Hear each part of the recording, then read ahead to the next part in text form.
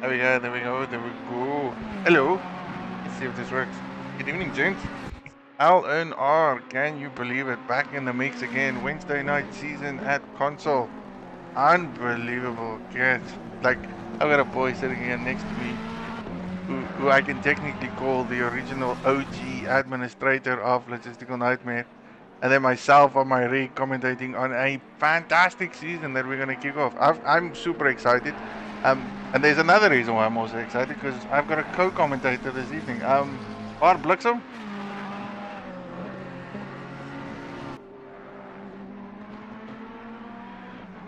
So see, we're already into the...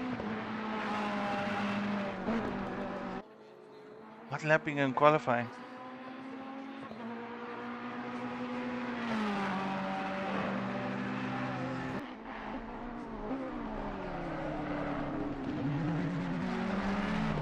He is, and now again, everyone on the stream is now kind of listening to you, and I don't.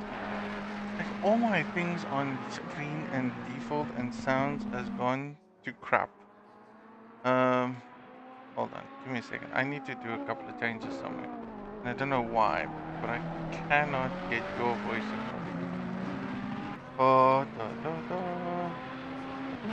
and so it works for hell. I'm gonna go. Maybe you should say ah or hello.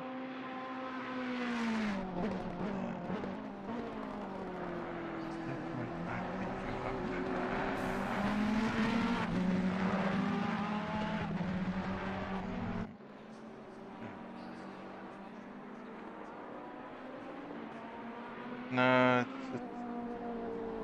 my sound's not picking you up on my side. Maybe.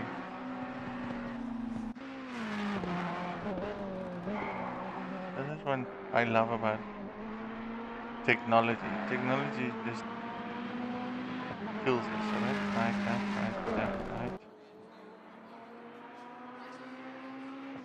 Desktop audio.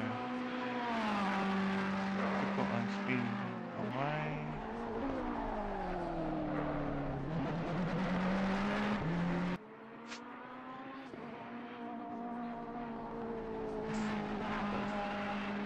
No, does that do anything? Probably not.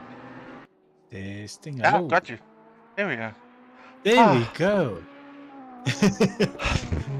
Sorry about that. So everyone on the stream is like looking at us, and I'm doing technical fault finding on everything else, and it's just not going to plan. What a horrible start to the first season of the race at Laguna Seca. So guy, where are we sitting? This is a 5-minute qualifying session. We've pretty much missed everything at the moment. It's so quick. It flew past so quickly. It did. I nearly stressed there so badly, going like, I can't get this right, I can't get this right. So let's just run through it, okay? Marius, existing champion, you sort of highlighted it. Now, he is currently, on pole position, so he's definitely bringing it back into the mix this season. And of course, that's going to be epic of proportions, because I think the rules of this season is that none of these boys, or those individuals that competed in the previous season, can't use the same card again. So we got a mix of different cars.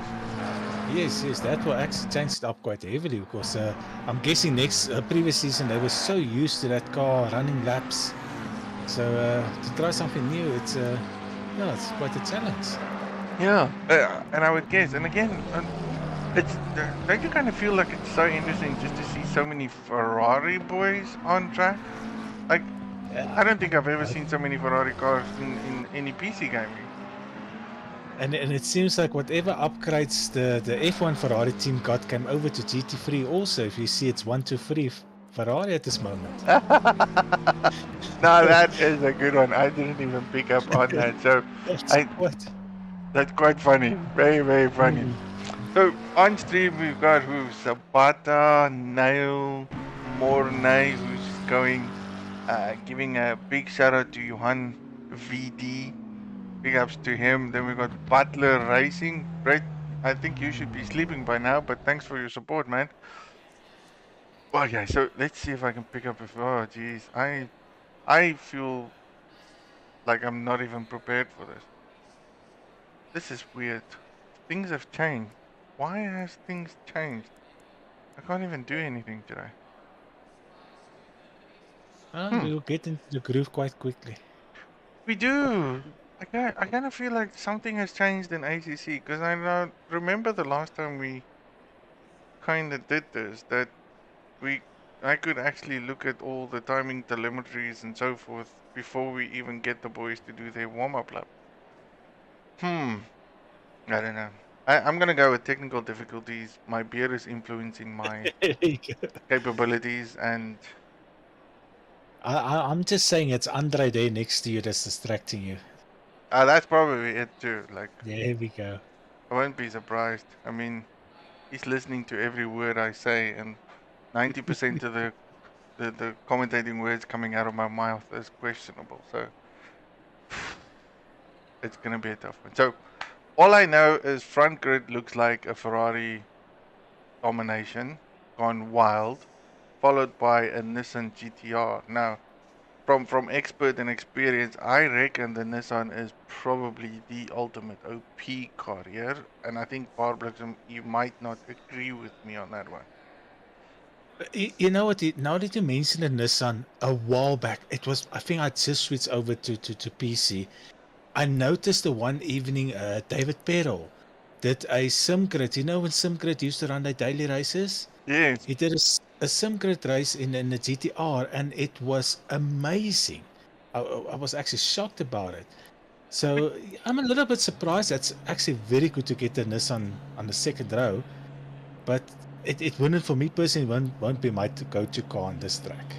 Yeah, because it's not a car that necessarily loves turning and things like that. It's more of a wants the straight line speed. It doesn't Yes, really yes. feel like it likes slower corners and things like that. So Laguna Seca for a first race on console this season, um, and again for the individuals that shouldn't be driving a car that they drove the last season, is very very technical. So That's correct. I think we're gonna have one hell of an adventurous race for 60 minutes, considering that they also need to do a pit stop. And That's from correct. recollection, plus my lovely methodology of probably getting things horribly wrong at certain stages, I actually have to go and look and just make sure that we indicate a pit stop timer for these guys. In my head, I So so don't know. so is there a pit window, or is it their option of whenever they want to come in? Well, that's sort of what I'm gonna go look at. Turn the put window. No, so it's completely up to them. That actually makes it quite interesting, because now you're gonna have to start seeing, is the guys gonna run full fuel and decide to pit in the last like 5 minutes, Hmm. or are they gonna go half half? So yeah, I think that will actually spice things up a bit more. You know, strategy is gonna play a big role at this moment. Well, that's the same thing that we figured out. So we did limit them in the previous season, going you can only do 60-minute races. We have a set window for you to do your pit stop, and that's that.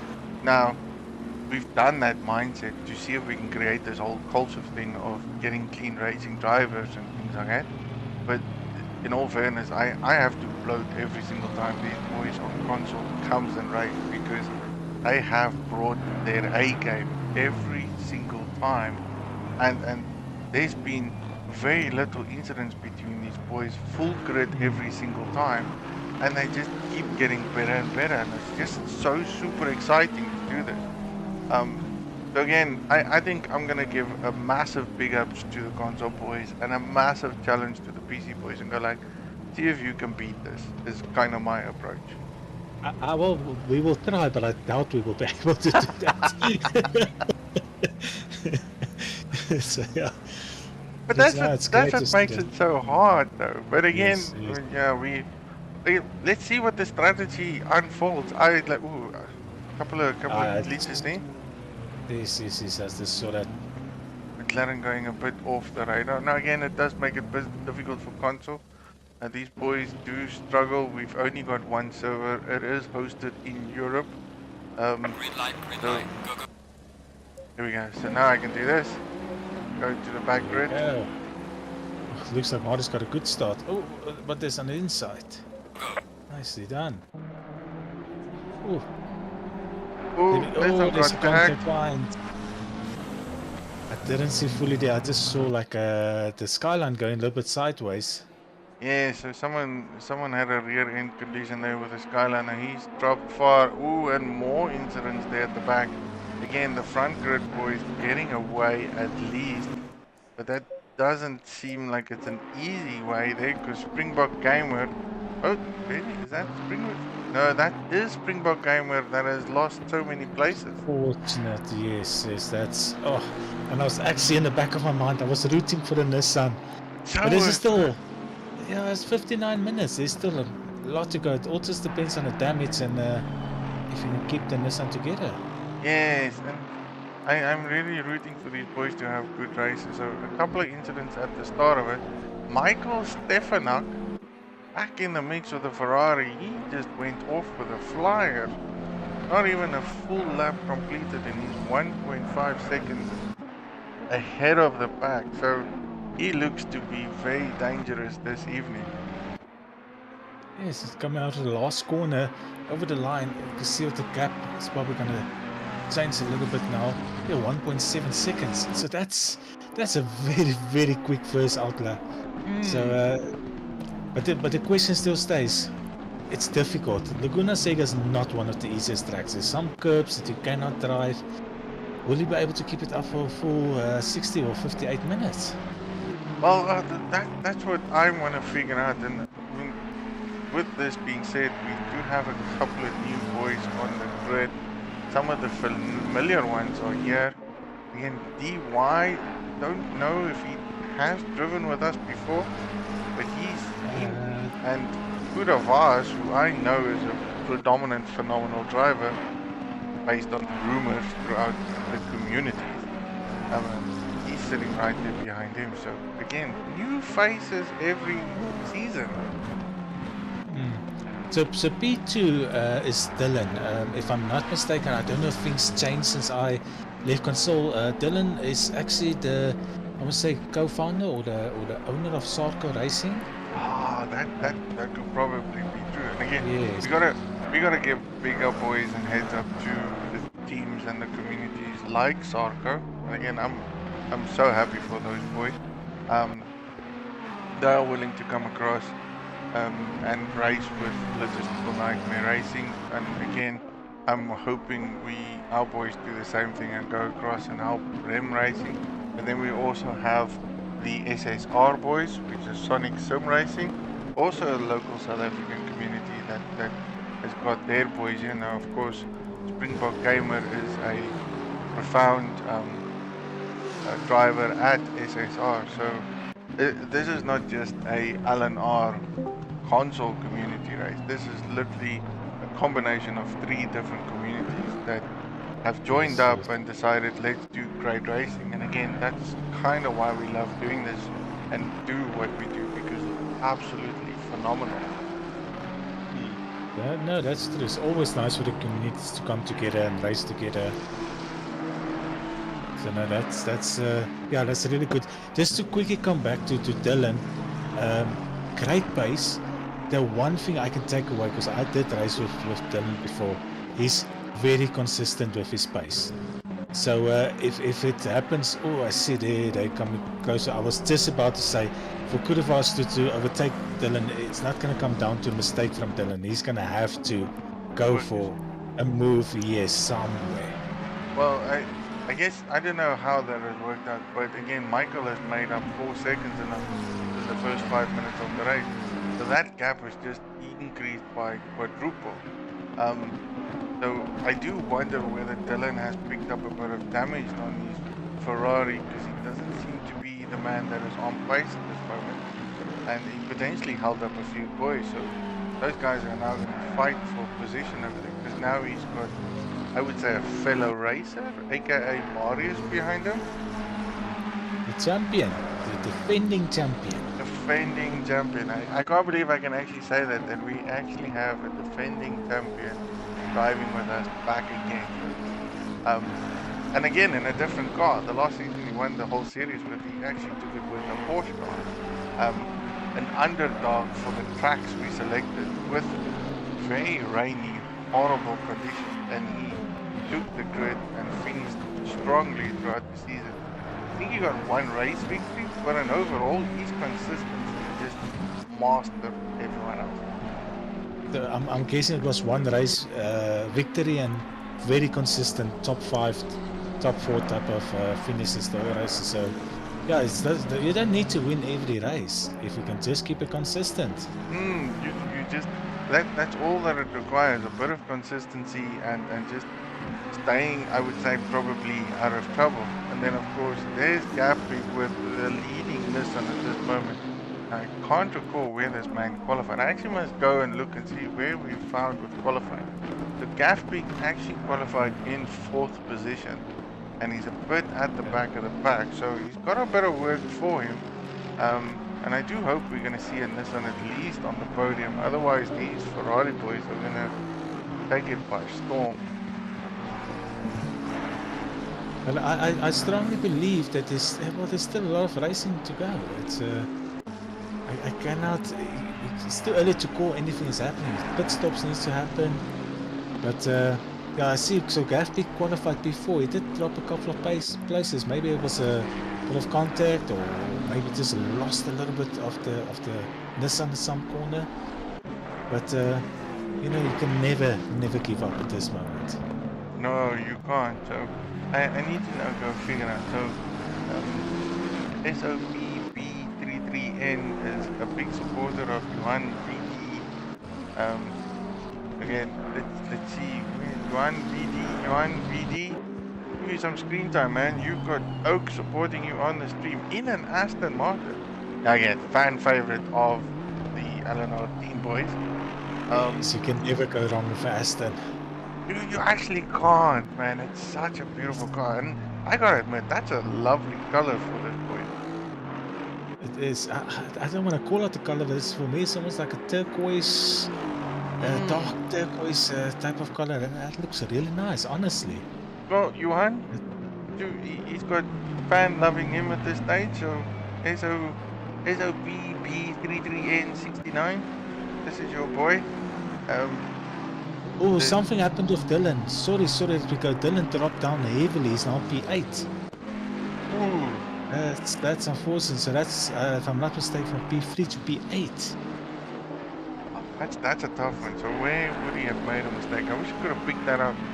I don't have the replay capabilities that we would do for PC, but I just saw it looked around about here by turn 3. I just saw his name starting to drop down as we were talking about Johan, or Toki. A lot of people know Johan also as Toki.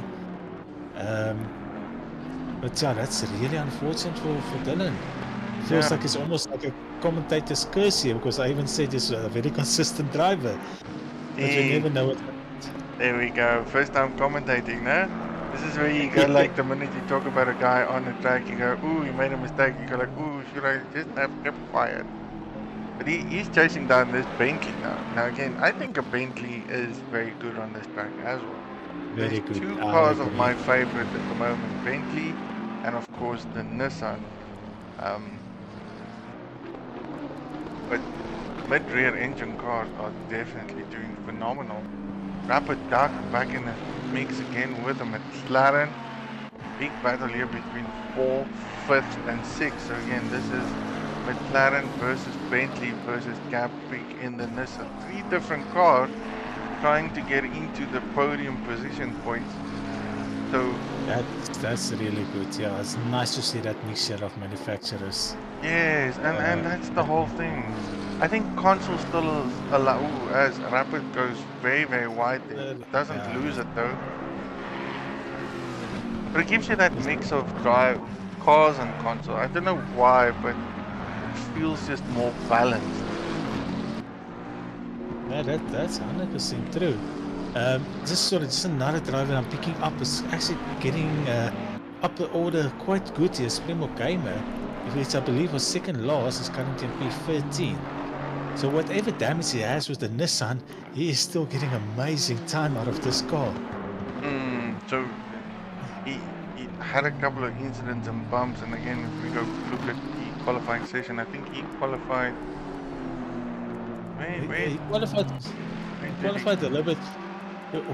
For me personally, I thought Primo Gamer qualified in P4 in this, but I think his teammate actually qualified P4. Yeah. So Gavpig and the other Nissan qualified in P4 and Springbok in 13. So he might have had a bit of a few incidents at the back of the pack, but now has somehow made back the positions he has lost. He's still got about a 4-second gap between him and then, of course, Mr. Jakes Fatikaki. Yes. Awesome name. I still feel guilty every time I say that name on live stream. And I think only the South Africans would understand that. But you know what? That's Mr. Jakes, and he's chasing down HBR Armin. Again, That's great. it's been a while since I've seen the HBR boys. Now they predominantly a console driven team, is what I would say. And again, they can correct me if I'm wrong, but they also venture into the ACC part of it. So it's good to see these boys being in a position to mix, and that is a battle there for position. It's a really good battle, yes. Oh, there was a little bit of contact. It looks like Armin had to break a bit more for the Merc in front of him, and then got contact from the Ferrari behind. Oh, and it's I think it's Jakes that actually went off track there. Yeah, so Jake was challenging there for position, went very wide on the outside. Now, whether he has missed his brake marker or slow marker, he made a mistake, and he's just definitely decided to go back into the pit. So, this is Butler Racing. So, Butler Racing is our Australian sim racer from Australia, and he normally is in a Lamborghini. So, I think whoever is behind him is really going to struggle to make a pass and a move on him, because Butler is known for being the aggressive defensive guy. So he can defend very well. So that's going to be tough for anyone that sits behind him. And I can see Springbok Gamer has now closed that gap down significantly. Quite heavily. He is honestly on a roll at this moment. But we must always keep in mind this: it's one way to catch up to drive, it's another way to overtake. Yeah, So this is Laguna Seca. Hopefully Primo Gamer just takes a little bit of time. Look at your opponent in front of you. Try to size up, where am I quick in which corner, and then try to push it. And whatever corner you feel like I can break a little bit later, in a safe manner, just overtake them. Yes. It's all about setup and making it count. And again, Laguna Seca, the best place to do that is, of course, here by the start-finish line. But it isn't that easy, because you've got to create that extra straight line speed, but then also have the car to have that straight line speed. That's great. Yes, you see, so for me personally at Laguna Seca, yeah, it's a little bit of a challenge if you wanted to overtake a driver in the last corner, but the most popular corner will be turn. Actually, strictly speaking, it's turn 2, because just before you could say turn 1, the heavy braking zone, there's a little bit of a left kink, which I see that count as turn 1. So let's say turn 2, the braking zone after start from this line. Now that's usually the most popular place to overtake. But there's a couple of other corners here, but it's gonna mean you have to stick your nose in a little bit aggressively to maybe just for the guy in front of you to look in his mirrors and say, "Whoa, what's happening here?" type of way. Yeah, definitely. And then, of course, everyone on YouTube stream goes like, P1 is gone. P1 is on a mission. Like, 10 seconds of a gap between himself. If he continues this way, he will have a free pit stop, and he will still lead coming out of the pit. That sounds correct. No, I must say, quite a almost 15 minutes in a 10-second gap. Sure, if you can keep the car out at this rate, let's say with 15 minutes left, you can look at about 50-second gap if he keeps this up. Yeah. But now the question is, did he fuel up for 30 minutes, 40 minutes, 45 minutes? That's the bigger question. Again, these guys have to do fuel stop, tire change, pit stop with a fuel. But I somehow believe it just looks like the Nissans are so good at race pace. Like, that is Gaffby all over the back of Rapid Duck there, and he's looking for all kinds of means to make a move. Sticking it left, sticking it right, and he just can't find the gap. Now, I reckon both these cars down the start finish would probably have the quickest down there. So I sort of foresee a frustrating Gaffby there, looking at means of getting a move done. Ooh, and that's going to probably give him an opportunity there. Yeah, that gravel will slow down. So is Gaffby going to go for a move here? Is he going to go defensive? That him sticking his nose on the inside though.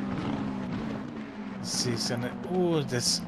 I think that McLaren is just a little bit better on the brakes. It is though. That was a close call. I mean, that's nearly. That was really close. Yeah, that's like one of those you should have, you would have, you could have kind of scenario. Because if he stuck his nose in there, that is position gain. I think the cautionary approach by him was probably the better move there. Yes. No, it's good, you know. It's just keeping it clean. I can see Gaff because it's sort of something that I also like to do when I'm very close to drive behind. You know, just before like braking, you just come out of the slipstream a little bit. You go on the inside just to show, make this guy a little bit nervous. But here's a good run. I think Gaff's on the inside. On the inside. Ooh, outbrakes himself completely. Unfortunately. Oh. But I'm not writing Gaffpick off here. I think it's going to just be a couple of laps and it's going to be a right. Yeah, so again, that's where the challenging circumstances is. If you do want to make a move just before the corkscrew and you're going to take it on the inside, your brake marker is generally on the right end of the track. So you will potentially miss it. And again, that's probably just what happened there. That's a prime example of trying to stick a move but missing your brake marker. That's correct, yeah. That's really unfortunate, but that was a nice little battle there. I enjoyed that one. It's still going to continue again. That's not over yet. Marius is having a slight battle still with Kuruvat. I want to give the boys at the back of the grid a bit of love and TLC. This is Samo. I am ruining everyone's names again on stream. No, what I would do the same. Let's just go. I think Samoa is the right way to go. Yeah. Samoa, if I pronounce your name incorrectly, do the same as what Mr. Alroy did and send me a private message and just indicate how we pronounce it. Because Alroy, Cyrano, there we go, is how you pronounce his surname, which I always got wrong. I never knew how to pronounce Alroy's name, and then he helped me out by distinguishing how English people would say it, and I kind of like that because it helps me probably be better at what we do. That's 100%. Yeah. Again. No, I'm just currently running my eyes here through the critic, and again, I just don't want to talk about him too much, but I see Sprimo Kane currently in top 10. That's really good. I see Dylan P6 also made up a couple of places. I believe I can be wrong. I think it was that P8 of the I would say is the off track. It seems like. Yeah. But we already seen two drivers. Obviously Jakes and then also Brett Butler P19 also made his pit stop. Oh, so we got two boys that went in. Now, Jake's went in probably because he made that slight error, which I don't believe gave him damage though. But that's to be determined. Um, and Butler in the pit, so that's early pit stops for these boys. 40 minutes more of racing with that tread of tire. Again, I think that's very doable. I mean, we've got a track temperature of 23 degrees, so not that hot. I would call it winter times at Laguna Seca. I would say the same, yeah, because sure, Laguna, there can be sometimes the track is close to 50 degrees, so this is actually really nice conditions to drive in. I'm also this obviously we're looking at it at P2 and P3, Kudavas and Marius, and it's just running through my head. It's like I'm sort of want to say, hey guys, don't battle, just try to work together, maybe close that gap down to P1 a little bit. Because as soon as the one is going to start diving on the inside and is defending, oh, you can lose 1-2 seconds a lap very quickly. But again, that gap between them and P1 is still increasing lap by lap. I mean, I'm amazed at how Michael Stefano with his Ferrari has come to, I would say, it looks like a dominating race from him. Well, that is no understatement. That is 100% correct. It's still, you know, a Ferrari, which I feel like is not one of the strongest cars here. It's actually been showing great pace tonight. So, no, that's a really, really great driving by him. Will he keep it up? Can he keep it up? It's still time to tell. The whole But championship. at this moment, yes, that's correct. But at this moment, he's showing no signs of slowing down. No, not at all. And as I would say the top five with their individual battles still continue.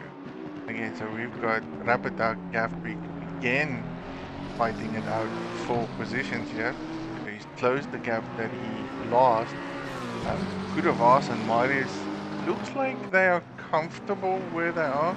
Because it doesn't seem like Marius is very determined to take that position now. So he's thinking of the long game instead of the short one. Yes. And then of course I'm gonna go back to Johan because we have a serious supporter here in the Aston who's kind of having a lonely race. Bassett Dog in a Bentley, also in elements of his own, not really being challenged or not really challenging anyone else. He's hunting down a few individuals. It's kind of settled it out though. So big battles are still front grid boys within the top 5 space is what I would say. Yes. No, that's 100% correct. I must say the last 2 laps I've been noticing a little bit that the gap from Kudavas to P1, it's not like it's pulling out well, it's like staying 10.5 to about 11 seconds a gap. So maybe Marius and Kudavas is understanding like, hey, we need to work together here. So that's like team effort for an end goal. Yes. See, they pass a little bit of traffic there.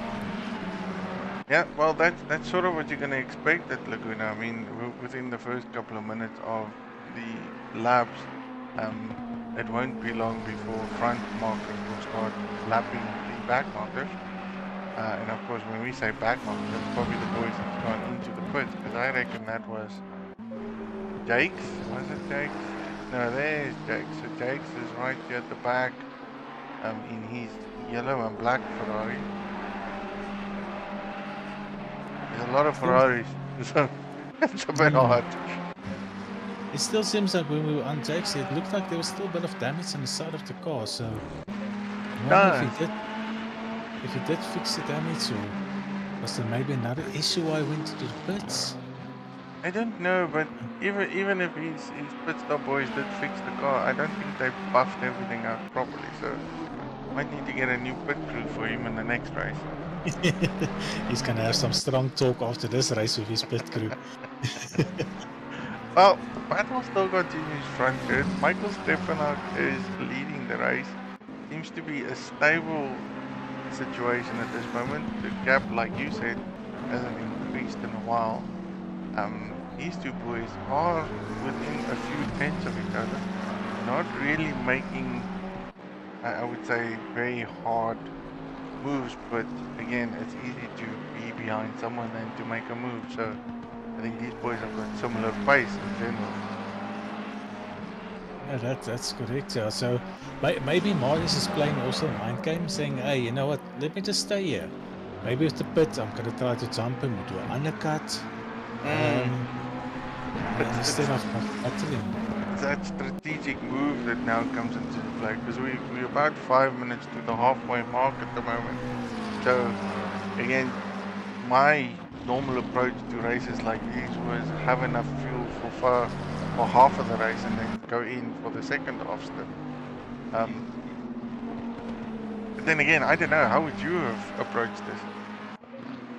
Well, for me personally, it's probably just the safest way to put halfway, put half fuel in, um, go with quite a bit of aggressive setup, almost very close to like a qualifying setup, and just push lap after lap very hard. The only problem is your fun will be a bit spoiled if you're sitting behind someone, if you're running this very aggressive setup.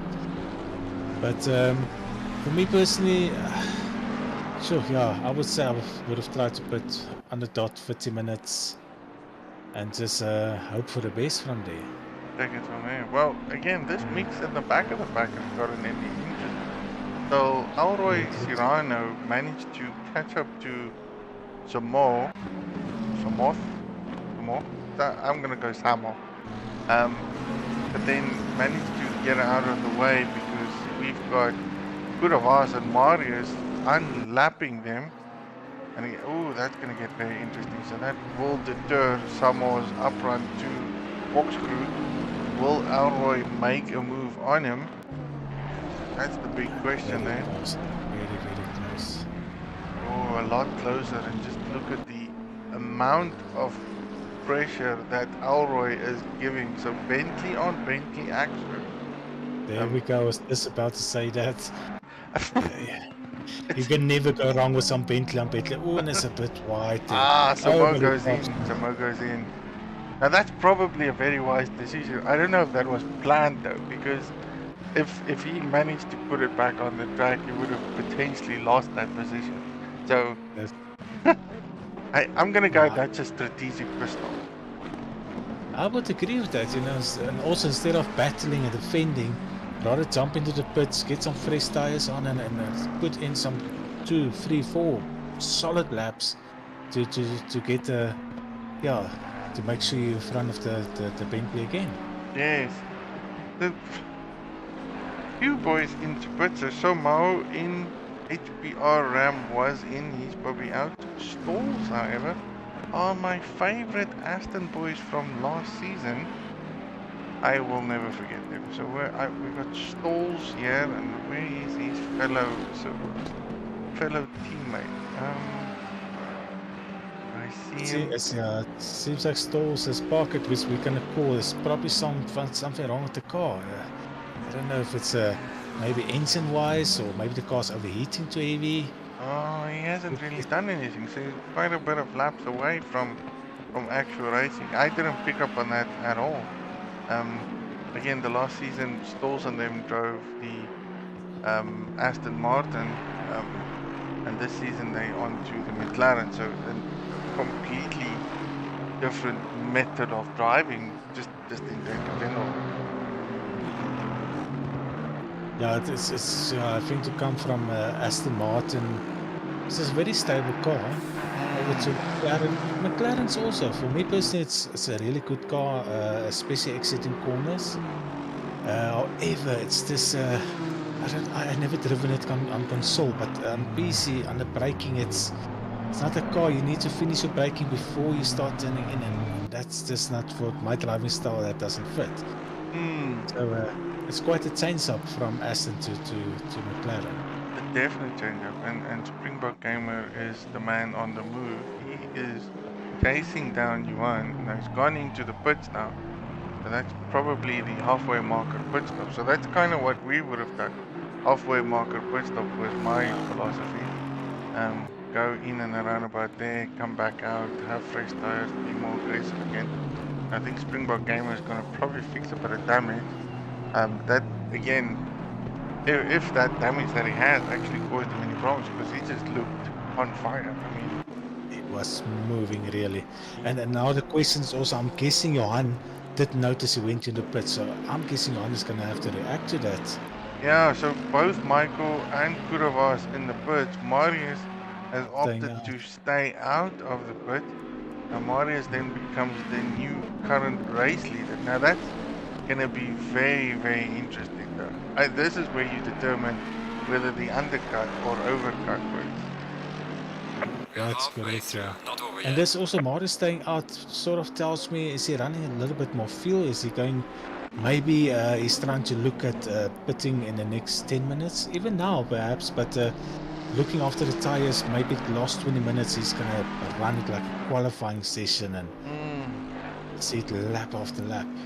Well, that brings me quite a couple of questions, because again, I mean, you mentioned we all talk about that. Again, this is my gap where I'm gonna go. Thanks to the boys at Sarko and SSR for bringing this to us and so forth. But again, it's Dylan Sarko, Marius Sarko driver. So both those boys are on and still racing, and I'm in my head going, this is a team effort, so they probably have the same setup, they probably have the same strategic approach to this, and this could play into their favor if they work as a team, United Sarko, to help each other. Yes. And this is, you know what, not all racing is a team sport, but this is a team sport. The drivers entered as a two-pair team. So yes, the one can help, but the other one maybe, I don't know if it's possible to see, but maybe we can see, what's his name, Michael or someone, or Kudavas is coming out behind them. You know what, it's going to be maybe a cat and mouse game. Slow Yeah, down a little bit in the corners. it could be. Yes. I'm not saying it So, is that, but again, I mean, everyone kind of in the sim racing world and sim racing community, we tend to learn to know one another, and we all know which teams we drive for. If we drive for teams, we also know which communities guys drive for. Again, so this could potentially be a community helping other drivers within their community. I might be wrong. I'm not saying it is. These boys are gonna have to probably tell me otherwise. so I see Johan jumped into the pit, so I'm thinking he reacted quite quickly to Springbok Gamer. He That did. pitted a, He definitely so did. So Johan is in the pit. Oh wait, where is he now? Let me just get him. So both him and Basset Dog is in the pit. Springbok Gamer did come out, so he again he's out coming now. to 5. He's gonna come up to that 10-6, that little left kink up to corkscrew, but he needs. I hope he did a couple of fast laps. I hope so too, but remember he probably has a bit of damage as well, so he probably went out and fixed that. So he might not come out ahead of Johan. Johan is moving at the moment, so yeah, it does look like Springbok potentially fixed his car. That is a moving Aston. Basset Dog seems to have gained a few positions here, so that's very interesting. Basset Dog came out ahead of that boy Jakes back in 10th. Now he's made a couple of positions, and that's because he put it earlier. It seems like it, and I can see, yes, you are correct. I think that damage did cost Springbok game a little bit. Because he's Just a still bit of behind. time. Yeah. So he probably went and fixed it. Now he can push his car a lot more to get better speed and so forth. Jake's making his way now. Lapped that's the Merc, sorry, from Butler. Hulls, there's so many boys on track that I haven't even featured. My old Hulls, that again, Hulls, fantastic season 2. He's now in a McLaren. Marius is still out. Stefanak is out. Kudavas is out. So the gap between Michael Stefanak and Kudavas was about 11 seconds or so, right? You're right, yeah, it was around about there. I was just waiting for all the deltas to pick up to see where it is and what it is. Ooh, that's a 17 seconds difference between them. Oh, that's big. That's big, yeah. That is massively big. It can maybe just be, and it could have asked, sure, that is a brilliant save. That I would have never caught. That car, I really would have thought at that moment was going to point in the wrong direction. That was amazing. 2 rear wheel tires on the gravel onto the sandy kitty litter, and he still manages to catch it, pull it back, and continue racing. What a save! What a save! That was 10 out of 10. Where's my board that says 10 out of 10? That was phenomenal. No, that was amazing. Sure. Oh, and I've just realized now we have one Honda driver. There we go. Okay, I'm supporting the Honda now. Yeah, HBR, you have a fan favorite here, so if you do watch the stream, thank you for bringing your Honda to the A game. Somehow, this is an OP car for most tracks. So I have a question because I'm not familiar how the seasons run now. Maybe it changed a couple of seasons before. So both teammates, must they drive the same car? No, so we're reluctant to stay away from the team racing scenario on ACC. We do know some of the boys are part of the whole team thing. So HBR in general is, for instance, a great team in GT Sport Racing. It's the HBR team, and again they've done phenomenal things. I believe some of them do administration work for the GT Sport South Africa League. I believe so. Again, I stand to be corrected. I'm not here to insult anyone. But so I know they're probably a team. They are a GT Sport team, but not an ACC team. So this is still very individualized driving championship. Next season we'll start kicking off with some team events because I think it's a good time to do so. And it's great to see that. So we'll chop and change it maybe next season to see what happens. Again, I don't know. It depends on what the mad Paul Venter brings up for us. I see Paul likes to spice things up, but it's good. It keeps everyone on their toes. Exactly. I'm just here to enter servers, do the points, put everything on SimGrid, commentate, and then pretend I know things, which I don't know. Yes. That's kind of my job. So, look at that. I was just about to say we can jump to Marius. So I think, Kudavas, or maybe it's perhaps because Marius was not behind Kudavas for a couple of laps, he stayed out longer. Maybe he pushed it quite hard and was able to do what needs to be done. Yes, to take that P2. P2. Stop go penalty for RVR. Now that is a pit stop infringement for sure. Yes, that is definitely, that man went too quick in the pits, and he now is going to fall all the way back because that's just gonna hurt your race. It doesn't matter where you come out. Unfortunate. Well, if he looks on the bright side, these gents are doing massive saves tonight. I don't know how they do that. And I was just about to say, stop go, look on the bright side. At least this didn't happen on Spa. Yes, at least it didn't happen. That's kind of where we're all happy with. The stop go penalty, 30 seconds on Spa is almost like a career-ending decision. Yes. That's correct. That's how it feels like. So again, Marius is now ahead of Kudavas. Now the roles have reversed. Kudavas is the man chasing down Marius.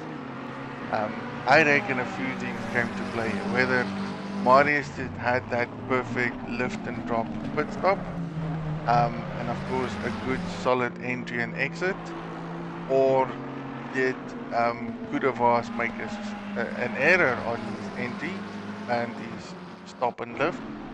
Again, those things generally come to play. I mean, I reckon you can lose at least 1 or 2 seconds just by making that small error on a race scenario. So sort of where we sit at the moment. But again, we could also be, they've done everything perfect in their laps, but then one had a slow lap. And sorry, Sean, just I don't want to interrupt in the battle of Mars and Kuravas, but we moved on to P13, the stop and go. If we notice, he went into the pits, he got a stop and go, but his pit was also not cancelled. He still got a number 1 next to his name. Oh, that's... That it seems like he went to the pits and he didn't maybe refueled or did his tires and Or his something. spirit in the pit lane, because it seems like he's gonna have to come out and do another pit stop to meet that requirement to cancel the pit stop. That is so true. So I didn't even notice that. So he went out the pits after doing a pit stop, got the penalty, still have the number 1 on him. So he probably didn't need the need as these boys battle now. Springbok Gamer is ahead of the pack. This is Bassadog versus Yuan. Bentley on Aston. So yes, I don't know. That That was trying to send that car to the moon. It seems like almost succeeded. It's interesting how the car lifted on that curb though. That's massive. But yeah, that unfortunately gave the last top 10 position to Bassadog. Yeah, so Bassadog with a Bentley in the mix over there. Springbok Gamer very well situated at this moment. Bit of a gap between him and Danny Dan. Did I say that correctly? Danny Seems like Dan. Danny Dan. There we go, Danny Dan. Lovely name though. That's also, yes. I like that. I'm quite sure his name is Dan. I think we established that. You think so? I don't know. It could be Danny. Oh, let's not do this. Oh, it's terrible. Okay, so Danny Dan. I love saying that now. Is well positioned at 8, and we haven't even featured the poor man since the beginning of the race. So 40 minutes into the race, and it's the first time I've clicked on him. Looking comfortable in car 44, being chased down by Springbok Gamer, but he's got a gap between himself and of course Jake's Fatikaki.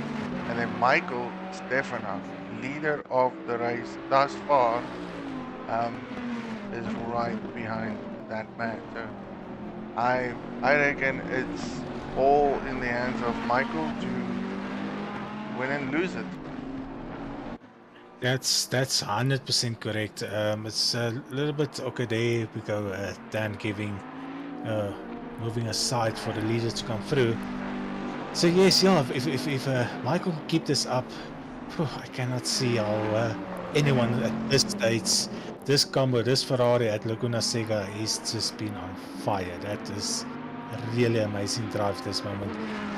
It's the gap 16.9 seconds. That is quite comfortable.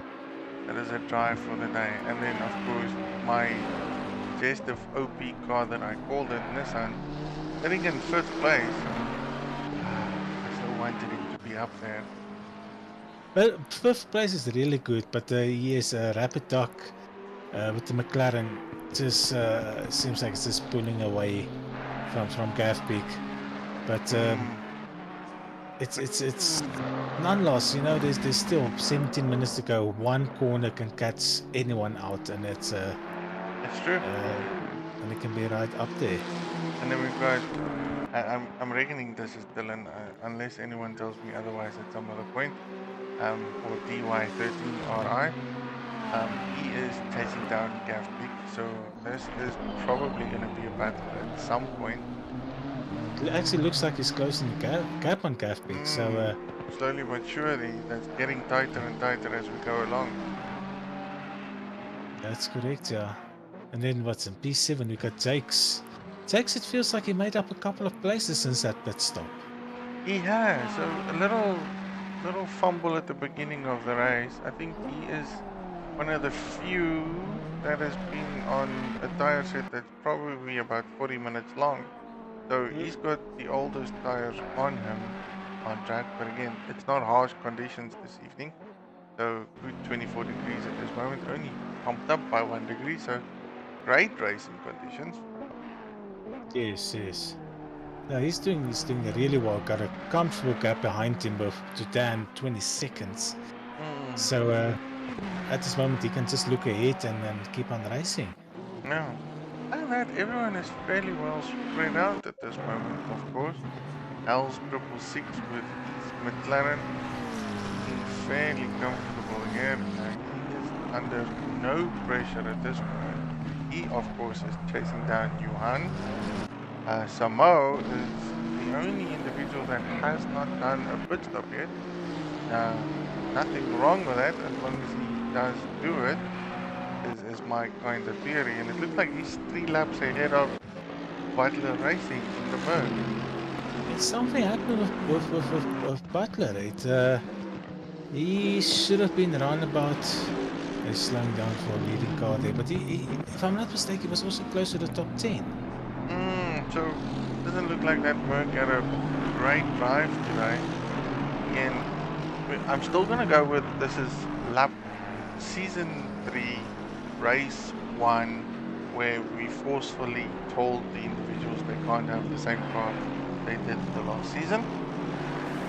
So again, it's just a couple of nerves settling. We must also keep in mind, and I'm not trying to make any excuses for Brett or for Brett Butler, but the time that he needs to wake up, staying in Australia to race with these most South African gents here, it's quite heavy. It's I believe it's something like 4 o'clock in the morning. I can be incorrect, but that's after that. I raced with Brett a couple of times, and I know very early hours morning just to be on South African time. So compete in a race. So 4 o'clock in the morning for Australia to actually sit up and wake up and do a race with us. I reckon that's a big ups for him and a definite shout out.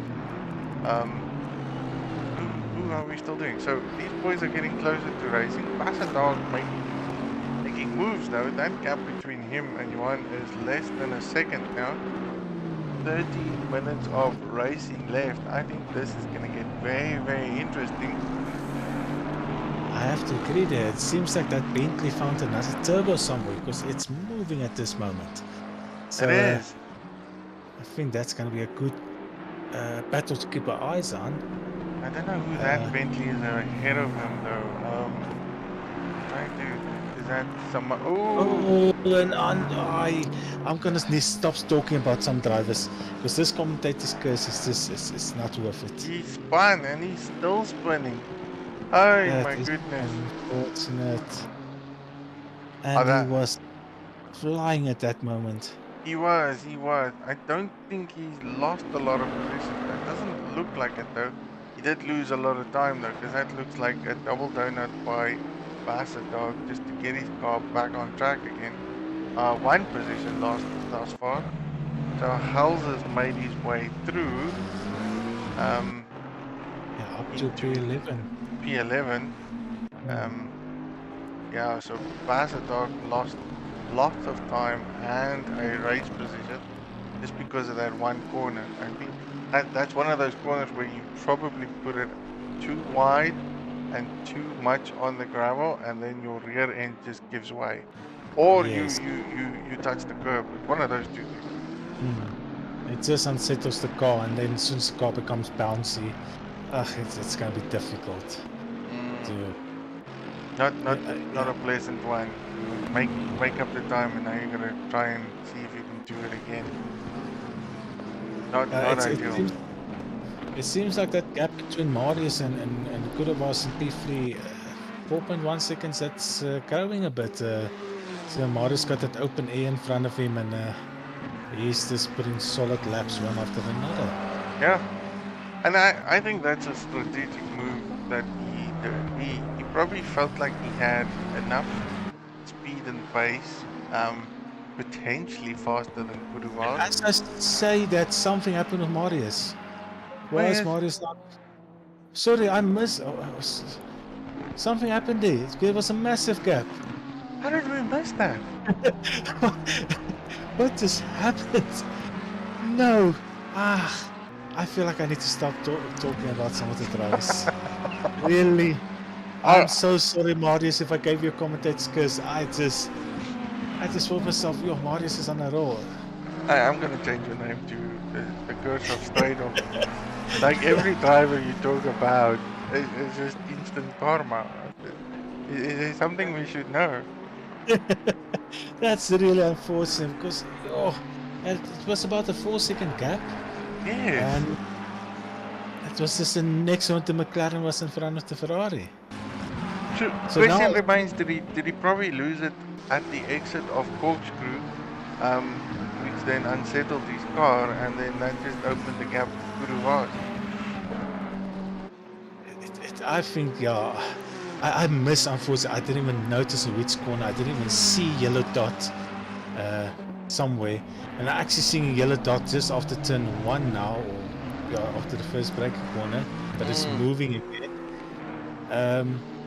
But now I feel like Marius has got the better pace, and this is not going to be a situation of, hey, I'm going to stick behind you. There's less than 10 minutes left in the race. He's going to be like, I want that P2. I want it back. He had it. He sticks his nose in. This side. That was very, very brave of him. He definitely wants that position. So this is now the aggressive Marius comes in, looks for all kinds of places. Like that is. And he's got it on the inside with the brakes. The brakes gonna hold it. That McLaren, I think it's just a little bit better on the braking there. That was actually. Oh no! That is unfortunate. Oof. And that rear tire is a PSI is gonna be up high now. That is unfortunately for Marius. Seems like just losing a little bit of concentration towards the end of the race here. I don't know. I'm blaming it on you at this stage. So. With 8 minutes, I can keep quiet for 8 minutes to make sure that everyone has finished this race. I reckon that's probably no, that's not a wise idea because I can't talk that much for 8 minutes. So it looks like position has changed between Elroy Serrano.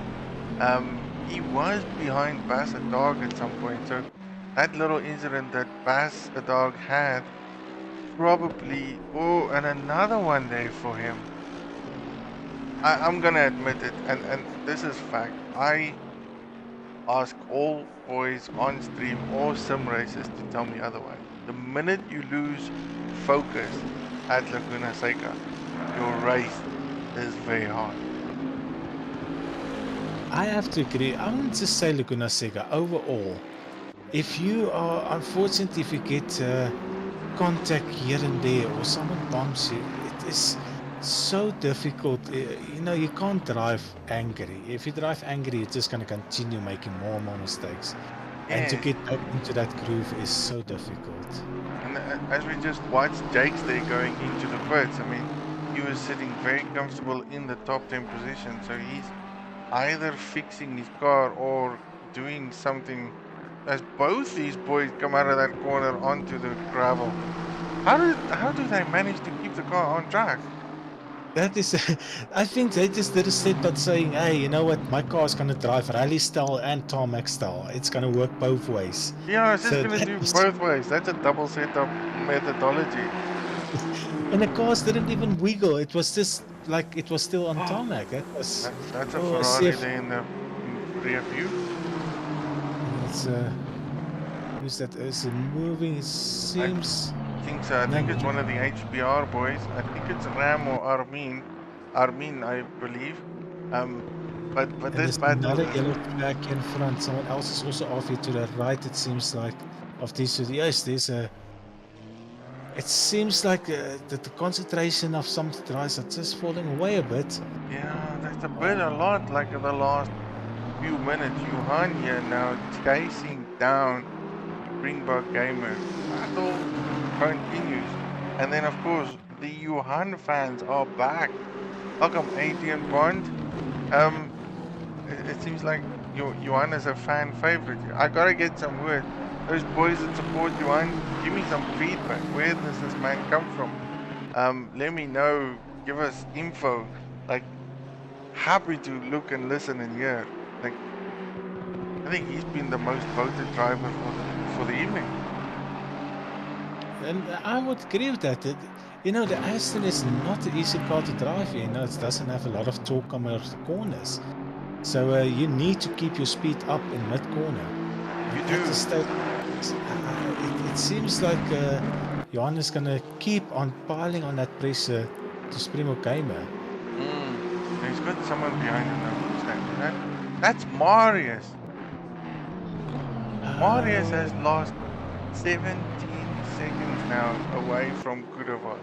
So that's a double whammy mistake. He was the driver that was there at yellow flag just, well, on this corner not so long ago. And it makes it so difficult because obviously Marius now coming around seems like he's lapping his cars and he wants to get on with his race. However, these two teams are busy battling here. This is a position for them also. Yes, this is a tough one. I mean, where do you give back? Where do you give leeway? Johan wants that position between himself and Assetto, but then you've got the leader, well, one of the leaders in third place sitting right behind you. So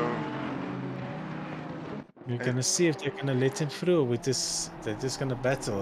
yeah, that's the thing. At some point, you gotta just let the man through, because I think our standard rules and regulations indicate that you can only be under blue flag for about a maximum of 1 to 2 laps, I think. Yes. So Marius has full right to send it at some point, but then again, if he does do it and there's an incident, that's more time lost on him. That's correct. This And is it's not. difficult. And it's a little bit of a gap behind him to Rapid Duck, but he doesn't want to have any incidents because 10 seconds can be gone just like that. Yes, 10 So, seconds and potentially your race. So this is where the tough decision sits. Again, 4 minutes on track at the moment. I think in fairness, these two boys ahead of him are battling. That Springbok Gamer and Johan. Marius at the back of it reckons he needs to get past because he can gain more or win, but I don't think Marius can make up any serious position. it's difficult at this moment because there's quite a big gap with Kudavas. It's in P2. However, you know, rules are still rules. You know, it's You can only do it for that long. that's correct. And I can see it is the Honda jump out of the way, and oh, we got Johan close that gap down very closely to Sprimo Gamer. It seems like it was so close there to the Nissan in front. He could almost read, and it goes on the inside. Sure. He wants that position, so he wants it. I can't blame Johan for trying to take a position. A point gain now is something that can get you closer to a good position at the end of the championship. So Correct, yeah. a tough one for Marius. I think if there is any complaints or stewardess, this is probably one of those things that needs to be reviewed and considered. I would say it's a tough call, but that's thankfully not my job. We are here just to stream. That's correct. So yeah, but even if you look further down the pack, I'm trying to look at some gaps of very close races. The only one I can see at this moment, yeah, is this battle between Johan and Sprimo Gamer. That's very close. Even though I did notice Gavpeak close up the gap quite heavily towards Rapid Duck again. Yes, and then we've got DY13R. It's not far behind him, but again, he's got a car in between him and Gavpeak. So let's just go back to these boys. There we go. So that is Marius now. He's made a move on. Oops, come cameraman, work for me. Guys, so is it gonna happen now that the Nissan's gonna keep it there? Yeah, this is where the question. Okay, Nissan He's gets moving out of the over. way. That's a good sportsmanship. Comes back and closes the gap, but now that might compromise him coming up to Corkscrew. I think that Nissan's got a little bit more current coming up there. Even if he compromises corner, is that little left kink.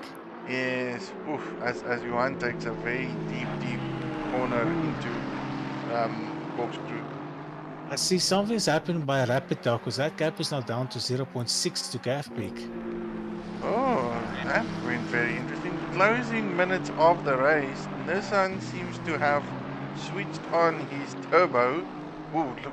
Oh, it runs a little bit. I don't even want to say a car's name or driver's name. I don't want to piss anyone at this moment because Like, that is really. that is wide. That is very wide.